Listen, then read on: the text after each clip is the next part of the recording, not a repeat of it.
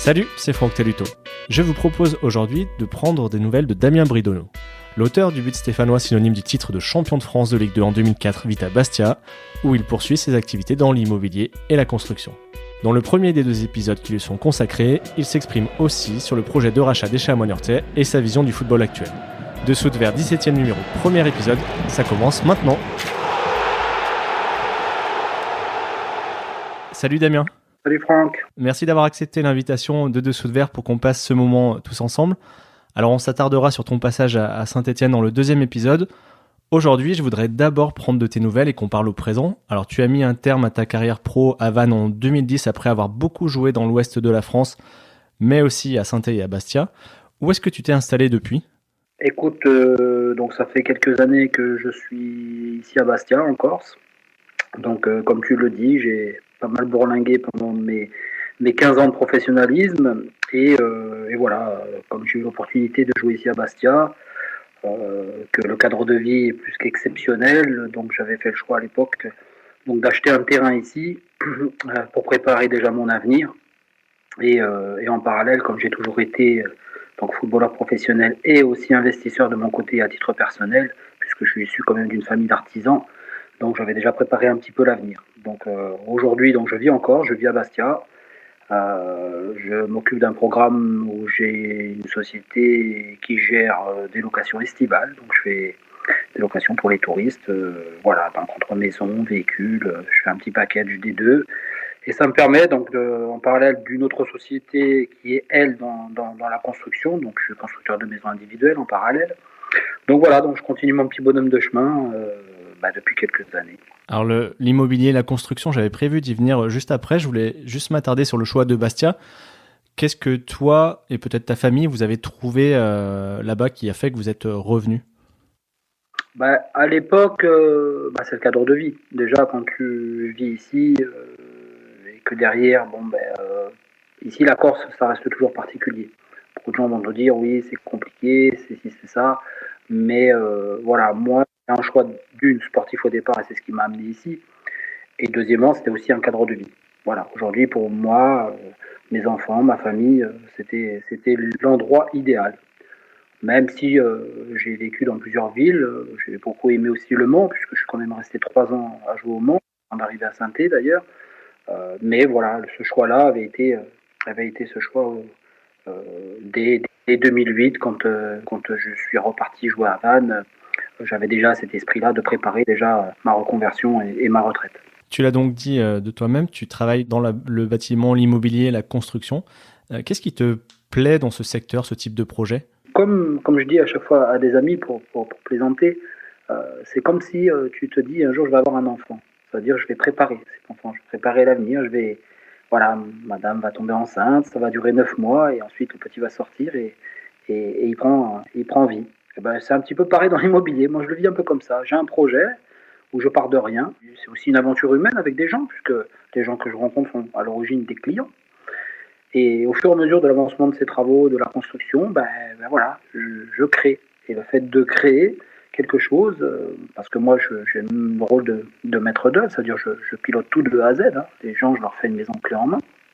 Donc on prépare le projet, le budget, enfin tout ce que monsieur ou madame ont besoin de telle et telle chose. Donc c'est vraiment, je me dis toujours, je suis le couturier de la maison. Voilà, je suis le couturier de la maison des gens. Ça veut dire que je vais leur faire du sur-mesure de ce qu'ils veulent, ce qu'ils entendent. Et puis après, avec mon expérience aussi, j'ai la chance aussi d'avoir des maisons que j'ai réalisées depuis 20 ans. J'en ai au moins une cinquantaine à mon compteur. Donc au final, voilà, j'ai pas mal de photos, de choses comme ça, où ce panaché fait que les gens se décident vite. C'est un domaine qui demande quand même pas mal de compétences techniques, de goût aussi. Comment tu as mis le pied à l'étrier là-dedans ? Est-ce que tu avais un ancrage familial ? Est-ce que tu as découvert ça petit à petit ? Écoute, j'ai eu la chance d'avoir une famille d'artisans, comme je te l'ai dit. Mon papa était maçon, mais j'ai surtout pris cette fibre-là par le biais d'un de mes frères qui s'appelait Franck, qui est malheureusement décédé en 2013. Mais voilà, c'est lui qui m'a surtout mis, oui, à l'époque, le pied à l'étrier. Je me souviens, j'avais 18 ans, j'étais juste professionnel à Niort, c'était en 95. J'avais acheté ma première maison. C'était une maison tout en ruine, une maison en pierre. Et le matin, j'allais à l'entraînement et l'après-midi, ben, j'allais travailler avec mon frère et on rénovait au fur et à mesure cette maison. Et j'ai commencé comme ça. Et cette envie, ce plaisir a fait que derrière, ben, j'en ai fait après au fur et à mesure des investissements personnels. Hein, parce qu'en tant que footballeur, ben, quand tu gagnes bien ta vie, à un moment donné, il faut défiscaliser parce que sinon tu vas payer les impôts. Donc j'ai fait comme tout le monde, j'ai fait des investissements à un moment donné. Et voilà, je suis arrivé par le biais de ma famille surtout. Beaucoup de joueurs, ouais, tu l'as dit, s'intéressent à l'immobilier. Certains se sont même fait arnaquer. On a pu le lire dans le journal de l'équipe il y a quelques temps. Mais assez peu mettent quand même les mains dans le cambouis. Toi, ça te plaisait de maçon, c'est quand même très physique comme travail. Mon boulot à moi aujourd'hui, quand c'est pour moi personnellement, tu vois, comme là aujourd'hui je suis sur mon terrain, je travaille avec des équipes d'artisans qui sont aussi des amis. Donc je mêle la main à la pâte. Et en l'occurrence, quand en plus c'est pour toi, bah, tu n'hésites pas. Ça me permet aussi de m'entretenir physiquement, parce que moi je vois le rôle de maçon, je vois le rôle d'électricien, de plombier, enfin tous les corps de métier. Après, moi je ne suis pas spécialiste de ce métier-là, mais je suis le commis. Voilà, le commis, comme dans la cuisine, et ben, il y a des commis. Moi je suis le commis du travail. Mais j'aime ça. Après, depuis 20 ans que je fais ça, tu acquiers une certaine expérience et tu sais des choses. Donc ça veut dire que derrière, quand une entreprise avec qui je vais travailler qui est nouvelle, ben, le mec il va pas me la faire à l'envers parce que je connais le travail. Donc c'est un exemple, j'ai acquis de l'expérience grâce à ça. Après, j'ai toujours moi en face de moi des équipes à qui je sous-traite. C'est eux les professionnels. Quand je fais des projets, je te parle pour les gens aujourd'hui. Mais dans l'essentiel de tout ce travail, c'est de prendre du plaisir. Et je te dis, quand tu crées quelque chose et que tu pars de rien, et quand tu vois les yeux briller des gens, quand derrière tu leur livres leur villa, bah, il n'y a rien de plus beau. Donc, je suis aussi passionné par ce que je fais. Tu vois, j'ai été footballeur, ça a été ma vie, ça a été un métier, mais j'ai toujours été l'anti-football, moi. Moi, je savais pourquoi je jouais au foot. Je jouais pour gagner ma vie, pour m'en sortir, je suis issu d'une famille, d'un quartier, une famille nombreuse, d'une mère divorcée, donc ça a été, voilà, un moyen de m'en sortir. J'ai toujours dit ça. Donc derrière, à l'époque, j'avais mon ami Philippe Masguin, qui était très proche, et que tu connais très bien. Malheureusement, le pauvre est aussi parti. M'a toujours dit, Damien, j'en ai connu des joueurs, mais toi, tu es l'antisystème. Et c'était vrai. Moi, je suis quelqu'un de simple, je suis très convivial, je suis très abordable. Et c'est aussi ce qui a fait ma sympathie dans tous les clubs où je suis passé. Parce que je suis comme ça. Je suis Damien sur le terrain comme je serais Damien dans la vie. Je suis le même bonhomme, donc ça ne changera pas. Donc voilà, j'avance petit à petit dans ma vie et je crée, je fais des choses. Et aujourd'hui, je suis autant épanoui dans ce que je fais que ce que j'ai fait au ballon. Maintenant, tu as parlé qu'il y avait des joueurs qui se sont fait arnaquer et compagnie. Moi, déjà à l'époque, je l'avais dit ça. Je l'avais dit à tous mes collègues qui jouaient dans divers clubs. Tu vois, je suis très ami avec Daniel Cousin. Quand je vois aujourd'hui mon ami Daniel qui est venu jouer ici en Corse il n'y a pas longtemps, parce qu'il est adjoint dans un petit club maintenant, bah, on refait le passé, on refait le monde. Et derrière, tous ces joueurs-là, comme lui, comme Frédéric Mendy, qui est à Saint-Etienne, mon petit Fredo, bah, c'est pareil. Quand tu vois aujourd'hui ce qu'ils sont devenus, alors qu'ils ont gagné, mais peut-être 10 fois plus que ce que j'ai pu gagner moi. Par exemple, moi, j'ai pas honte de parler d'argent, de parler de ce qui se fait dans le milieu du football, mais à un moment donné, réfléchissez. Vous avez des sommes d'argent qui arrivent pour certains à gogo, alors que voilà, tu as 18, 20 ans, tu ne sais pas ce que c'est la valeur de l'argent. Quand tu es footballeur, tu es pourri gâté, tu es choyé, tu as tout ce que tu veux. Hein. Donc il suffit que tu fasses 400 matchs, que tu as 18 ans, ça y est, tu es la poule aux odeurs pour le club, pour les gens en général. Donc on va te monter sur un piédestal qui va faire que peut-être qu'indirectement, bah, tu ne sais pas ce que c'est la valeur des choses et tu ne sais pas ce que c'est la vie réellement.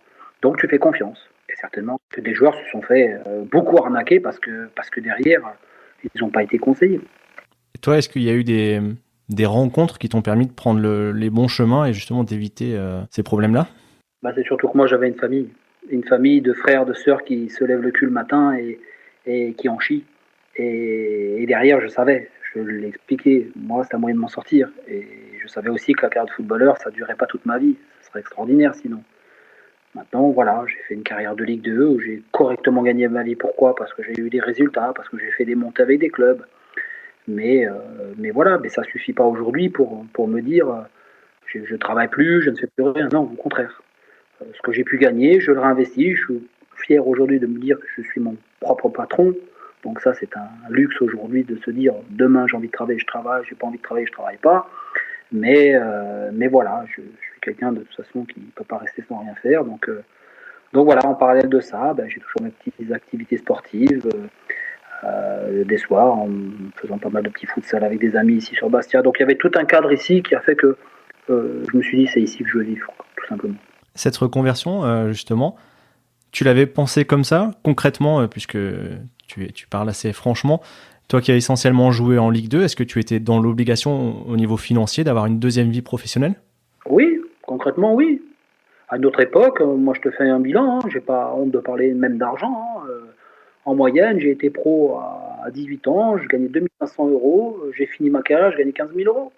Et chaque fois que j'ai changé de club, j'ai gagné plus d'argent. Donc ça veut dire que même à 35 ans, j'ai eu le meilleur salaire de ma carrière à Vannes, par exemple. Donc j'ai jamais craché sur qui que ce soit, sur quoi que ce soit. J'ai pas honte de parler. Quand je discute avec des gens qui sont des amis, qui peuvent être médecins, avocats, n'importe qui, monsieur, madame, tout le monde, je leur dis, regardez, vous avez un contrat, vous avez un truc, vous avez un boulot, mais il sera toute votre carrière, pendant vos 42 années de cotisation. Nous, footballeurs, en moyenne, c'est entre 7 et 10 ans de carrière de footballeur. Si tu es blessé, si derrière tu ne conviens plus, si la compétition, il y a plein de choses, plein de paramètres qui rentrent, les blessures, donc tu peux pas te dire, voilà. Aujourd'hui, c'est simple, oui, en effet.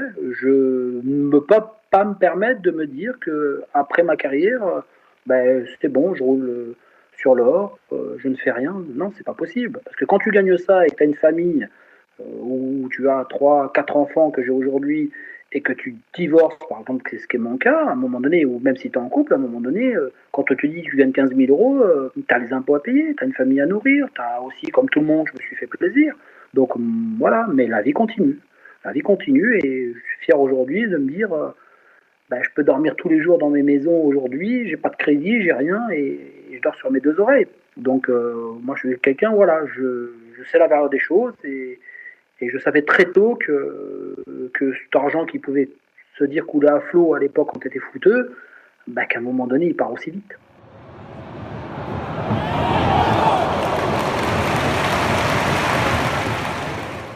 Ce discours très, je sais pas si le mot prudent est correct, mais réaliste en tout cas, est-ce que tu le dispenses par exemple dans des centres de formation ? Est-ce que l'UNFP a pu te proposer d'aller parler aux jeunes joueurs ? Alors non. Pourquoi ? Parce que, comme je te dis, moi, ma carrière, ça a été ma carrière. Derrière, aujourd'hui, on a pas mal de gens m'ont dit, Damien, pourquoi t'es pas resté dans le football ? Pourquoi t'es pas ci ? Pourquoi t'es pas ça ? Non, c'était pas mon truc. Moi, faire entraîneur pour faire entraîneur, comme beaucoup le font, il faut être fait pour ça. Il faut pas se dire, je passe les diplômes, je vais essayer de m'en sortir, parce que la majorité de joueurs qui sont amenés à ça, c'est que derrière, ils n'ont pas prévu leur reconversion. Parce que derrière, la majorité sont arrêtés, ont fait leurs années de footballeur, et sont après lâchés dans la nature. Et ça fait bizarre. Moi, j'ai préparé. Je préparais dès mes débuts de carrière, dès mes premières années, je préparais déjà ma reconversion, mon après. Et mon après, j'ai eu la chance, comme je te l'expliquais, d'avoir une famille d'artisans, donc je savais déjà ce que j'allais faire. Puisque déjà, en tant que footballeur, j'étais déjà investisseur. Donc, ça s'est coulé de source, comme je te dis. Dans ma situation, je savais. Après, parler de l'UNFP, notre syndicat, il n'y a rien à dire. Ils ont des structures dans tous les domaines. Mais concrètement, j'ai eu des discussions avec des membres de l'UNFP à l'époque quand j'étais footballeur. Je te parle de Manu Laura, Fabien Safanjon, des gens comme ça qui sont à la tête de cette institution de l'UNFP. Mais moi, quand je leur expliquais mes investissements à moi et comment je fonctionnais, de suite, ils savaient très bien que ce n'était pas la peine qu'ils discutent avec moi. Parce que l'UNFP, ils sont là pour te proposer, par exemple, des projets de construction. Mais quand tu vas acheter dans une résidence un appartement, je te prends un truc con, un studio d'un T2, T3, ou ce que tu veux, qui vaut peut-être le double de ce qui vaut réellement sur le prix du marché, et que tu en as 10 000 identiques, et qu'on te dit, tu vas faire une affaire, tu vas faire une défisque, il ne faut pas oublier que derrière, tu as des accompagnements financiers de la part de certaines banques avec qui l'UNFP certainement travaille, et que ce qui facilite certains prêts pour certains joueurs, mais que derrière, tu te dis combien est ton remboursement, et tu pars sur 20 ans. La carte de footballeur, elle n'est pas 20 ans.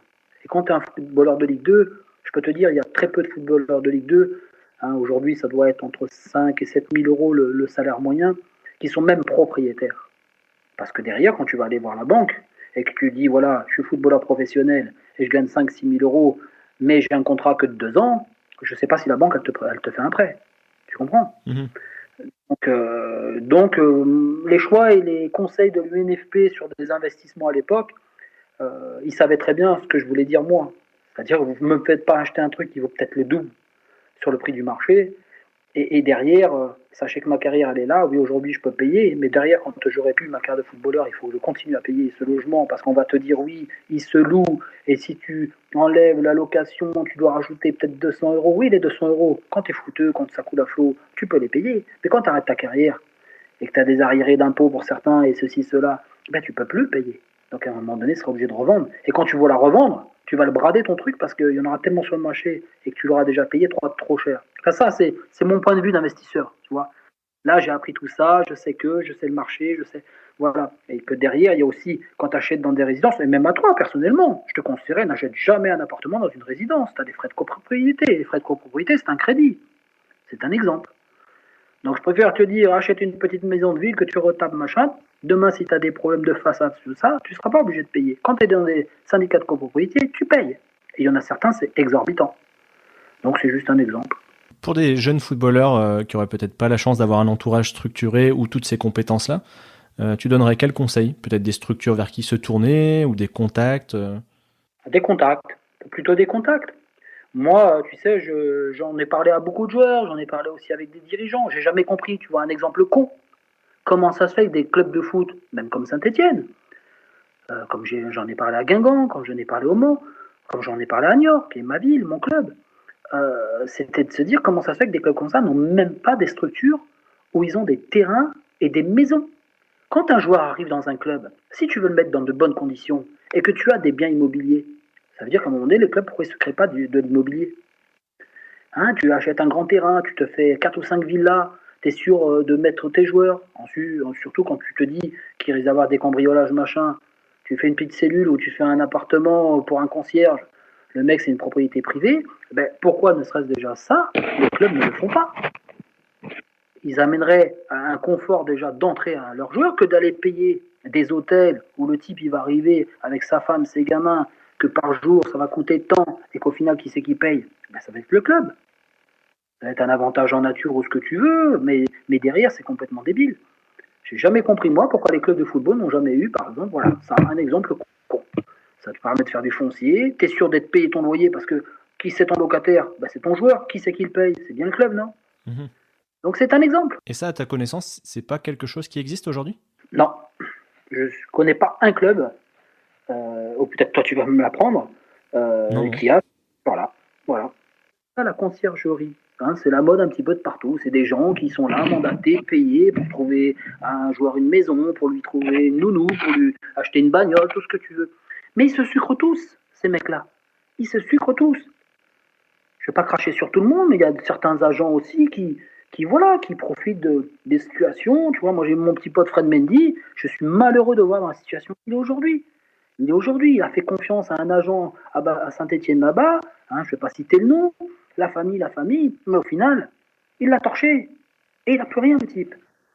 Donc, te dire quoi d'autre? À un moment donné, oui, j'ai les boules quand j'entends ça. Donc, mes conseils, c'est de se dire, venez voir, donner des informations avec des mecs qui ont galéré et qui savent d'où ils viennent, comme c'est mon cas. Et derrière, peut-être que vous gagnerez certainement mieux votre vie et vous ferez de meilleurs investissements. Donc tous ceux qui se sont fait malheureusement arnaquer aujourd'hui, c'est des choses que déjà à l'époque, voilà, il y a un moment donné, il y a à faire confiance à des gens, mais il faut aussi voir loin. Car de footballeur, quand tu es dedans, tu es pris dans ton truc, tu dis ça, tu gagnes de l'argent, tu réfléchis pas.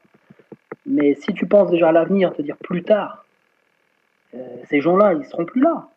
Tu sais, ces gens-là, toi, tu es de passage, tu rencontres des agents, des machins qui vont prendre le moule, mais derrière, après, c'est terminé. Tu n'entendras plus jamais parler d'eux. Et puis, ce sera quelqu'un d'autre qui prendra ta place. C'est des boules de neige, c'est comme ça.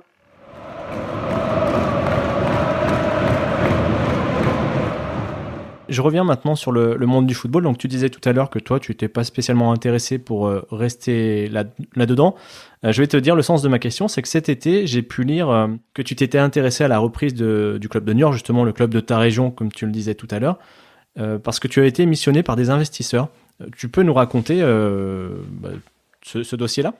Eh ben, écoute, c'est simple. J'étais au mois de juin avec un ami, là, un ancien joueur de ballon aussi, Franck Dia, qui a joué à Angers, qui a été pro en Ligue 2, qui est un ami à moi, qui est venu passer une petite semaine de vacances chez moi. Et en discutant, il me fait part qu'il a un ami sur Paris qui connaît des gens qui sont activement à la recherche d'un club de Ligue 2. Et donc ils étaient positionnés sur un autre club, et donc ça a capoté. De là, cet ami a appelé Franck en lui disant: Franck, il faut absolument que tu nous trouves quelque chose. Et là, Franck, moi je lui ai dit: bah écoute, Niort, parce que c'est mon club, parce que je sais que le club, ça fait quelques années qu'il est en souffrance, que derrière, voilà, Karim Fradin, qui était le président, avec qui j'ai aussi joué, parce que c'est un ancien joueur, je me suis dit, bah écoute, ce sera peut-être aussi l'occasion. Il y a un gros projet sur Niort d'un nouveau stade que les gens attendent depuis 40 ans, et qu'aujourd'hui, bah, c'est le moment. Euh, donc j'ai anticipé dès le mois de juin, donc essayer d'avoir des contacts avec le président, donc Karim Fradin, qui m'a complètement négligé parce qu'au final, il m'a pas pris au sérieux, ça c'est clair. Et puis après, ça a échangé plusieurs fois en me menant un petit peu en bateau, en me disant qu'il y avait déjà des gens qui discutaient, enfin ceci, cela. Mais je savais que l'affaire, elle était déjà pliée d'avance. Après, je ne peux pas expliquer pourquoi, mais je savais déjà parce que par rapport à ce montage de club, quand Karim Fradin a racheté le club, voilà, il y a des choses qui se sont passées et qui sont privées et du coup, je ne pouvais pas en parler. Mais voilà, donc j'ai laissé faire. Je me suis positionné parce que oui, en effet, moi j'avais des gens qui désiraient trouver un club de Ligue 2, puisque derrière ils ont un projet aussi, mais ça sur la région parisienne. Et c'était l'idéal d'avoir ce club de Ligue 2. Voilà, pour eux. Et donc je suis venu plusieurs fois à la rescousse là-bas à Niort, dans le sens d'essayer de rentrer en relation avec Karim Fradin pour discuter de la vente du club. Donc il a pris décision au final de vendre à un de ses associés qui était rentré dans des actionnariats juste 2 ou 3 ans avant, donc quand lui il a racheté à l'ancien président qui s'appelait Joël Coué. Et du coup, voilà, la moindre des choses aurait été de m'appeler, me dire: écoute Damien, je suis en train de discuter avec Ethan Hanouna, que derrière son frère directeur sportif qui s'appelle Michael Hanouna, qui travaille à New York depuis tant d'années, on est liés, on a nos affaires ensemble, point barre. C'était réglé. Donc là aujourd'hui, le club a été donc cédé à Ethan Hanouna, et aujourd'hui c'est des gens qui sont à la tête du club mais qui n'ont pas financièrement les reins solides pour continuer derrière, et derrière il y a aussi des histoires politiques parce que voilà, le club s'était engagé à l'époque avec ce nouveau stade de mettre un petit peu d'argent dedans, de créer un nouveau centre de formation, enfin tout ça. Et aujourd'hui, tu as des gens qui arrivent au club pour lui donner en fin de compte cet élan, et qu'au final, tu as l'impression de faire marche arrière. Donc c'est compliqué. En plus, la crise du Covid arrive aujourd'hui, les histoires de droits télé. Donc tout ça a fait que, oui, en effet, j'ai été porté sur un projet. Je me suis, en fin de compte, pris de jeu aussi dans cette histoire-là, parce que je me suis dit, bon, Niort, il y a beaucoup de choses à faire, je connais du monde, je suis très proche des gens, des politiques. Donc je me suis dit, ça aurait, oui, pourquoi pas un moyen de revenir dans le milieu du football. Donc c'était ça l'objectif, même si je suis content ici en Corse, je suis heureux de ce que je fais. Mais si j'avais à me mettre une parenthèse et que derrière je peux donner un coup de pouce à mon ancien club et que je sais qu'il y a tout à faire, j'étais aussi entouré de gens et d'équipes avec qui nos atomes crochus, nos idées étaient cohérentes et dans l'intérêt du club. Ce rôle d'entremetteur, est-ce qu'il a pu te redonner envie de plonger dans ce monde du foot, quitte à ce que ce soit dans un autre club que Niort? Oui, oui, en effet. Je ne dirais pas le contraire. C'est pour ça que je te dis, j'ai tellement été imprégné par ce projet de Niort que derrière, j'ai tout fait. J'ai tout fait pour essayer de... Même aujourd'hui, les nouveaux actionnaires, je suis rentré en contact, moi, avec Michael Hanouna, même si je voulais avoir son frère, mais ça n'a pas été possible. Donc je suis allé au bureau de Niort et je l'ai rencontré, j'ai discuté. Maintenant, on a été en désaccord total. Derrière, voilà, c'est des gens qui ont leur joujou aujourd'hui et puis qu'on n'a rien à foutre de du reste, tout simplement. Donc derrière, tu peux pas discuter. Maintenant, écoutez, quand le mec il me dit on fait un investissement familial, j'ai failli lui dire mais club de foot c'est pas un investissement familial. Un club de foot c'est une société. Un investissement familial c'est une SCI. Je prends juste l'exemple. Donc à un moment donné, quand tu discutes avec des gens qui te prennent de haut, qui derrière pensent qu'à leur petite pomme et ne s'en foutent complètement de ce qui se passe à côté, hein. Un Hanouna comme Michael Hanouna pense certainement qu'aujourd'hui, le club de Niort va être financé par les fonds publics. Donc c'est leur objectif. Donc aujourd'hui, moi, je le dis haut et fort, j'ai pas de honte, et s'il faut défendre ça, ben, je le défendrai bec et ongle. Moi, je pense à mon club, je pense à ma ville, je pense à tous les gens qui aimeraient avoir ce stade aujourd'hui, ces infrastructures. Le centre de formation peut même perdre son agrément parce qu'ils sont déjà en délégation depuis 2 ans. Enfin, c'est tout un truc qui m'a fait monter la pression et qui m'a dit il faut que je me batte. Il faut que je me batte pour ça. Donc en l'occurrence, oui, senior. Aujourd'hui, la balle est toujours dans leur camp. Comme je t'ai dit, moi, j'ai dit j'ouvre la porte. Mes investisseurs me suivent jusqu'à Noël. Et puis si ça se fait, ça se fait. Si ça se fait pas, ben, écoute, tant pis. Et ça donnerait peut-être envie sur un autre projet. Oui. Si ça se concrétise, que ce soit à Niort ou ailleurs, tu te verrais dans quel type de rôle? Puisqu'a priori, ce serait pas forcément le sportif très près du terrain qui t'intéresse le plus. Non, pas spécialement. Enfin, j'ai deux choses. Soit c'est sur le terrain, en tant qu'adjoint, ou un petit peu dans l'esprit un petit peu de Papus, tu vois, Papus qui est à Paris là-bas, donc je pense que c'est un lien comme ça. Soit un rôle plus important au niveau du club de Niort, où je visais carrément la présidence. D'accord. Voilà. Donc là, c'était Niort, c'est particulier, c'est ma ville, c'est chez moi. Il y a des connexions qui se font, et dans ce rôle-là, voilà, moi, c'était mes conditions de venir et de donner un gros coup de pouce. Si c'était le cas, c'était voilà, de prendre la présidence du club et d'avoir des gens qui sont derrière moi et qui sont dans le même esprit, d'être accompagnés, entourés d'un staff technique, de tout ça. Donc tout était réglé, calé, et voilà. Donc ça aurait été cette opportunité-là. Tu avais pris un peu de recul avec le monde du foot depuis ta carrière. Est-ce qu'il a beaucoup changé en 10-12 ans? Oui, je dirais oui. Je dirais oui, comme la vie en général. Hein. La vie en général, le monde du ballon, les joueurs, l'égoïsme des uns, des autres, la solidarité. Il y a plein de choses qui sont rentrées en compte parce que derrière, aujourd'hui, le monde du football, c'est plus que compliqué. Compliqué dans le sens que derrière, comme je l'ai expliqué, tu vas avoir 17-18 ans, on va chercher les joueurs encore beaucoup plus jeunes aujourd'hui, hein, ce qui est l'image aussi à Saint-Etienne. Hein. Il y a une politique avec l'entraîneur qui se dit on va faire confiance aux jeunes, ce qui est bien. Mais quand je prends nous, nos années à l'époque, quand je vois certains joueurs jouer aujourd'hui en Ligue 1 ou en Ligue 2, je me dis mais c'est fou quoi. Nous on devait galérer, on avait un niveau, peut-être qu'on va me dire t'es ringard, t'es vieux, t'es ci, t'es là, mais c'était beaucoup plus compliqué quoi. T'avais vraiment tu devais te battre, t'avais de la concurrence, t'avais vraiment des bons joueurs. Là aujourd'hui, il y a des joueurs que je vois jouer, mais je me dis mais tu n'aurais même pas joué en DH à mon époque, c'est pas possible. Donc voilà, après des anciens, on a toujours dit que les anciens, bah, il nous en faut dans notre équipe et c'est notre leitmotiv. Hein.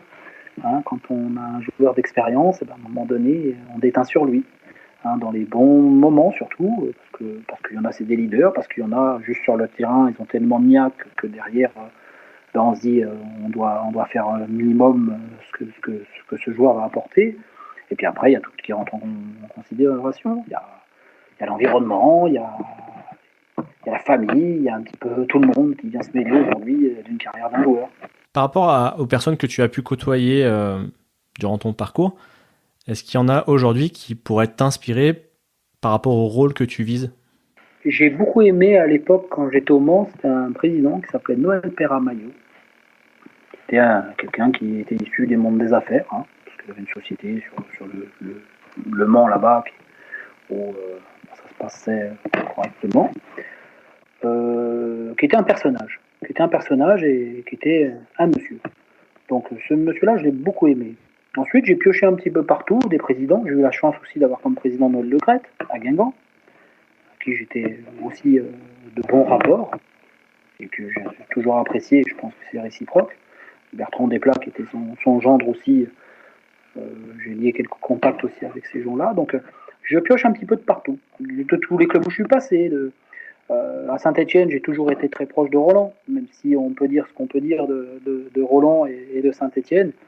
Roland, c'est un passionné, c'est un homme qui aime son club, c'est sa vie, c'est la vie. Donc, voilà, il y a des trucs, des choses qui me plaisent aussi en Roland. Il y a, voilà, d'autres présidents à droite à gauche que j'ai pu. J'ai eu aussi, à l'époque en Ligue 2, à Vannes, M. Gestin, qui était aussi l'ancien président de Brest. Je pioche chez un, j'ai pioché chez l'autre, qui m'inspire, oui. Mais réellement, j'ai ma patte à moi, si c'était le cas. Et aujourd'hui, je sais ce que je veux et ce que je veux pas. Qu'est-ce que tu voudrais justement et avec quelle ligne directrice ? La ligne, c'est surtout, je vais partir sur un projet comme celui de Niort, par exemple, que je t'ai expliqué, qui a été préparé en amont depuis 5-6 mois, que derrière, les uns et les autres, on a beaucoup échangé. Mais chaque club ou chaque situation va être différente. J'ai parlé de Niort d'une façon. Si, par exemple, j'étais intéressé sur le club du Mans, j'en parlerai d'une autre. Mais encore une fois, moi, je suis qu'un pion dans cette histoire-là, parce que derrière, il y a des gens qui investissent, qui mettent cet argent, et qui sont aussi des passionnés de ballon. Alors, il n'y a pas que des tordus, il n'y a pas que des gens. Hein. Tu es un investisseur, tu es là aussi pour gagner ta vie. Et un club de foot, c'est une entreprise. Donc, à un moment donné, il faut aussi des résultats. Et ces investisseurs-là, s'ils viennent, c'est pour aussi avoir des résultats. Mais avant tout, c'est un projet humain. Ce que je veux, c'est un projet humain, dans le sens que c'est des gens qui sont là, qui sont passionnés, qui sont pas là que pour du pognon. Voilà. Donc la ligne directrice, ça va être sur le feeling d'une rencontre, d'un discours et d'un projet, tout simplement. Merci à Damien pour sa disponibilité et sa franchise, et merci à vous d'avoir écouté la première partie de notre conversation. Si elle vous a plu, vous pouvez partager le lien du podcast au plus grand nombre. Rendez-vous aussi sur Apple Podcast pour lui mettre 5 étoiles et un commentaire. Pour prolonger la discussion, faire des remarques ou donner des idées, ça se passe sur Facebook, Twitter et Instagram. Écrivez-moi aussi à dessous-de-verre@gmail.com et on se retrouve le 26 décembre pour l'épisode 2. Ciao!